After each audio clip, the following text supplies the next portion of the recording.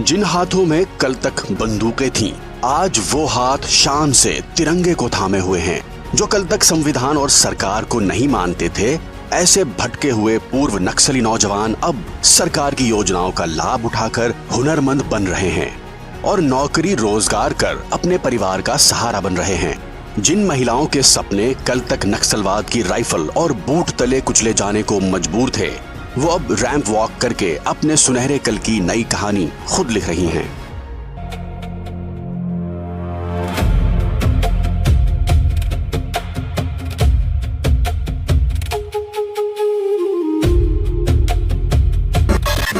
लाल आतंक का खौफ अब खत्म हो चुका है।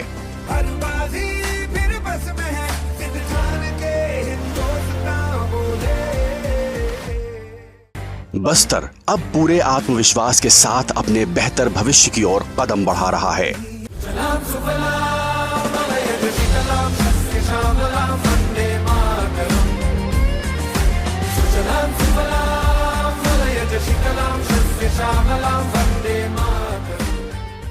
दो 2014 में आपने जब हमें मौका दिया, उसी दिन हमने संकल्प लिया था कि हम देश को नक्सलवाद से मुक्त करेंगे। और आज मुझे खुशी है कि नक्सली माओवादी हिंसा आखिरी सांस भी शायद रहने की तो ताकत नहीं रही। एक बच्ची के मुंह से हम बच गए, ये वाक्य चलते चलते सुनकर इतना आनंद होता है जिसका शब्दों में वर्णन करना बहुत कठिन है।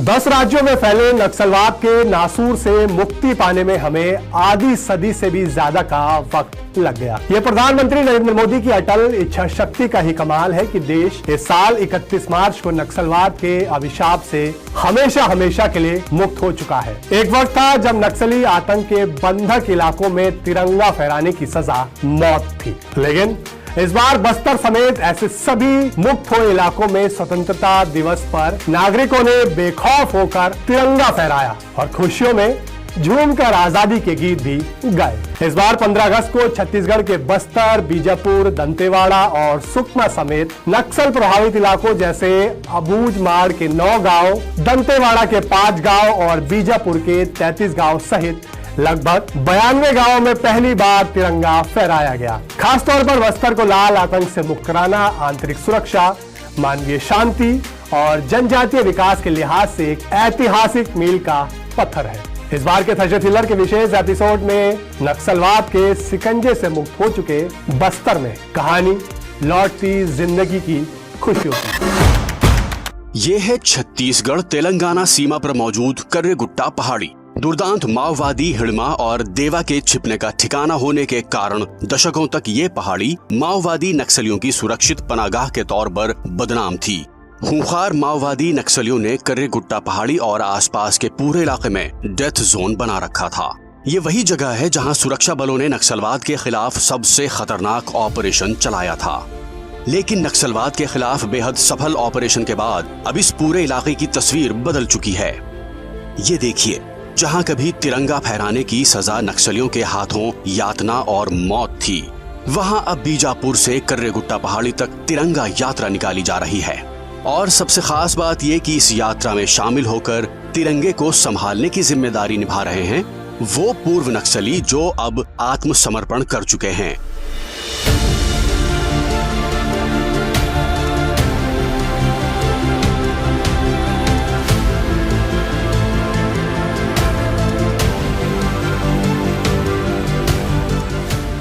इस बार यहाँ स्वतंत्रता दिवस पर पहली बार तिरंगा फहराया गया है। कर्रेगुट्टा पहाड़ी पर शान से लहराता तिरंगा नक्सली आतंकवाद के खात्मे और संविधान के राज का सबसे बड़ा ऐलान है। कभी नक्सलियों के गढ़ रहे बीजापुर में शान से तिरंगा रैली निकाली गई। बस्तर और आसपास के इस पूरे इलाके से नक्सलवाद का जड़ मूल से सफाया हो चुका है। ज्यादातर नक्सली या तो मारे जा चुके हैं या फिर आत्मसमर्पण करके संविधान की सुरक्षा में अपने सुनहरे भविष्य की ओर कदम बढ़ा चुके हैं। बस्तर संभाग के सुकमा के मिनपा गांव में बच्चे पहली बार अपने देश का तिरंगा देख रहे हैं और पहली बार स्वतंत्रता दिवस समारोह में शामिल हो रहे हैं। अब ठीक है सर, पहले से बहुत बेहतर है। पहले तो नक्सली लोग के डर से डर कर रहे थे, अभी तो बिंदास। नक्सली का झंडा, काला झंडा फहरा था, अभी स्कूल का झंडा अभी शुरू हो रहा है सर। ये है बस्तर संभाग के दांतेवाड़ा जिले का लवलीहुड कॉलेज। यहाँ आप जिन लोगों को देख रहे हैं ये सभी पूर्व नक्सली हैं जो आत्मसमर्पण कर चुके हैं और इस कॉलेज के पुनर्वास केंद्र में स्किल ट्रेनिंग कर रहे हैं। जो अंगुलियां कभी बंदूकों का ट्रिगर दबाकर बेकसूरों का खून बहाती थीं, वो अब अपनी किस्मत संवारने में जुटी हैं। कोई वेल्डिंग मशीन का काम सीख रहा है, कोई कंप्यूटर बनाने का काम कर रहा है, कोई कंप्यूटर सीख रहा है, कोई सिलाई मशीन सीख रहा है, कोई ड्राइविंग सीख रहा है। काम अलग अलग हैं, लेकिन सबकी निगाहों में सपना बस एक है, बेहतर भविष्य का।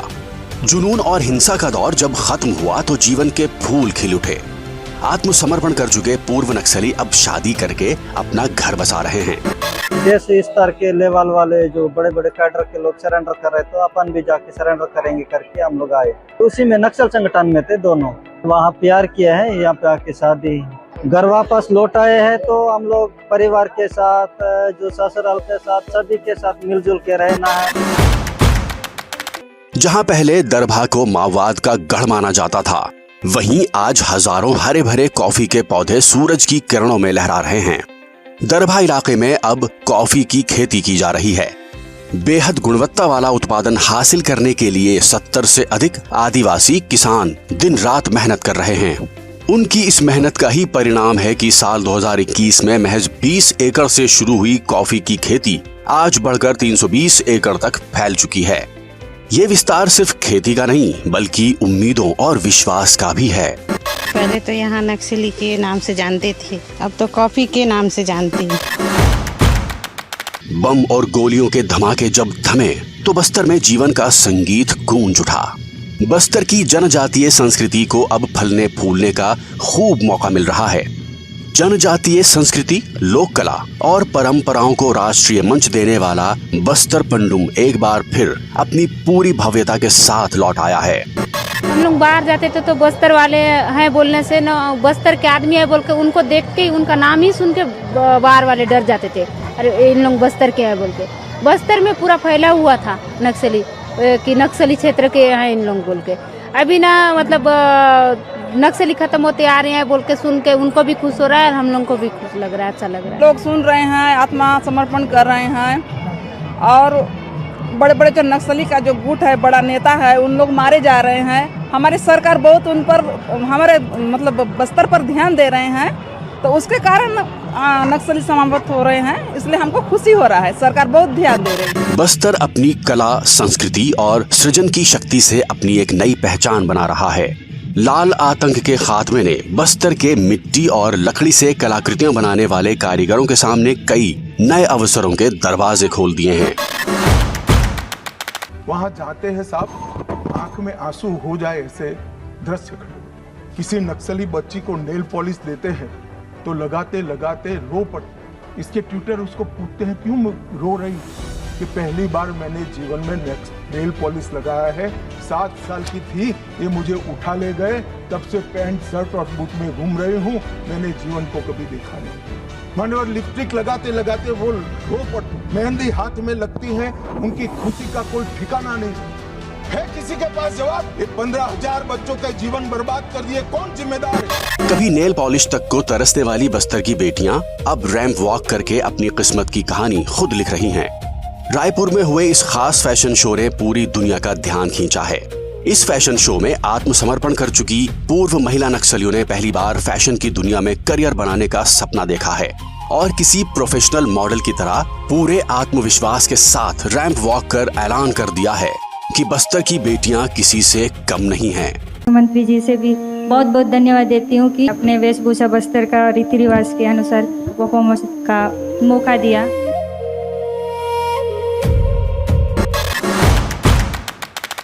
वनवासी भगवान श्री राम को विशेष रूप से प्रिय बस्तर का दंडकारण्य अब टूरिस्टों की चहल पहल से गुलजार है। बस्तर में प्रसिद्ध चित्रकूट वाटरफॉल समेत कई झरने, ऊंची पहाड़ियां, गुफाएं और ढेरों वन्य प्राणियों से भरे घने जंगल हैं। बस्तर को उसकी प्राकृतिक सुंदरता के कारण कभी छत्तीसगढ़ का कश्मीर भी कहा जाता था। नक्सलवाद ने बस्तर के इस गौरव पर आतंक का ग्रहण लगा दिया, लेकिन इस पूरे इलाके से माओवाद के जड़ से सफाए के बाद अब छत्तीसगढ़ के कश्मीर में देश विदेश से टूरिस्ट भारी तादाद में पहुंच रहे हैं। बीते मात्र 5 साल में ही यहाँ टूरिस्टों की संख्या 50% तक बढ़ गई है। टूरिज्म बढ़ने से स्थानीय लोगों को रोजगार मिल रहा है और तमाम नई सुविधाएं भी शुरू हो रही हैं। बस्तर में अब वाकई विकास की बयार बह रही है। भय का माहौल, बंदूकों के साये में जीवन जीने का औथार आज समाप्त होकर एक मुक्त सांस पूरा बस्तर ले रहा है। हम सबके लिए एक बड़ा आनंद का विषय है कि बस्तर नक्सल मुक्त हो गया है। हथियारी नक्सल तो गए, लेकिन दिमागी नक्सल, ये दिमागी नक्सल मौके की तलाश में है।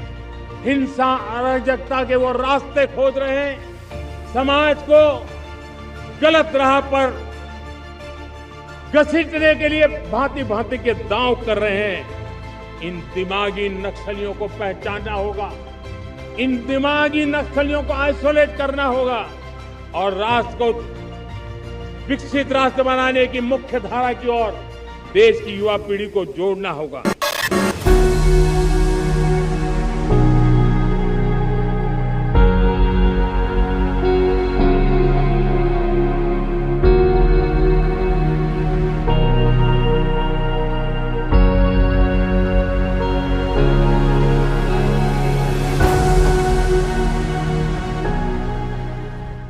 लाल आतंक के सिकंजे में जकड़ी जो धरती कभी बेकसूरों पर अत्याचार और खून खराबे से लाल रहा करती थी, अब वहां से नक्सलवाद को उखाड़ कर फेंक दिए जाने के बाद उन सभी इलाकों में विकास, विश्वास और प्रयास का तिरंगा लहरा रहा है। लेकिन अब जरूरत ज्यादा सावधान रहने की भी है। मत भूलिए, देश को नक्सलवाद के अभिशाप की भारी कीमत चुकानी पड़ी है। हजारों कुर्बानियों के बाद अब जाकर देश को नक्सलवाद से आजादी मिली है। अब इस आजादी को संभाल कर रखना, इसकी सुरक्षा करना हम सबकी जिम्मेदारी है।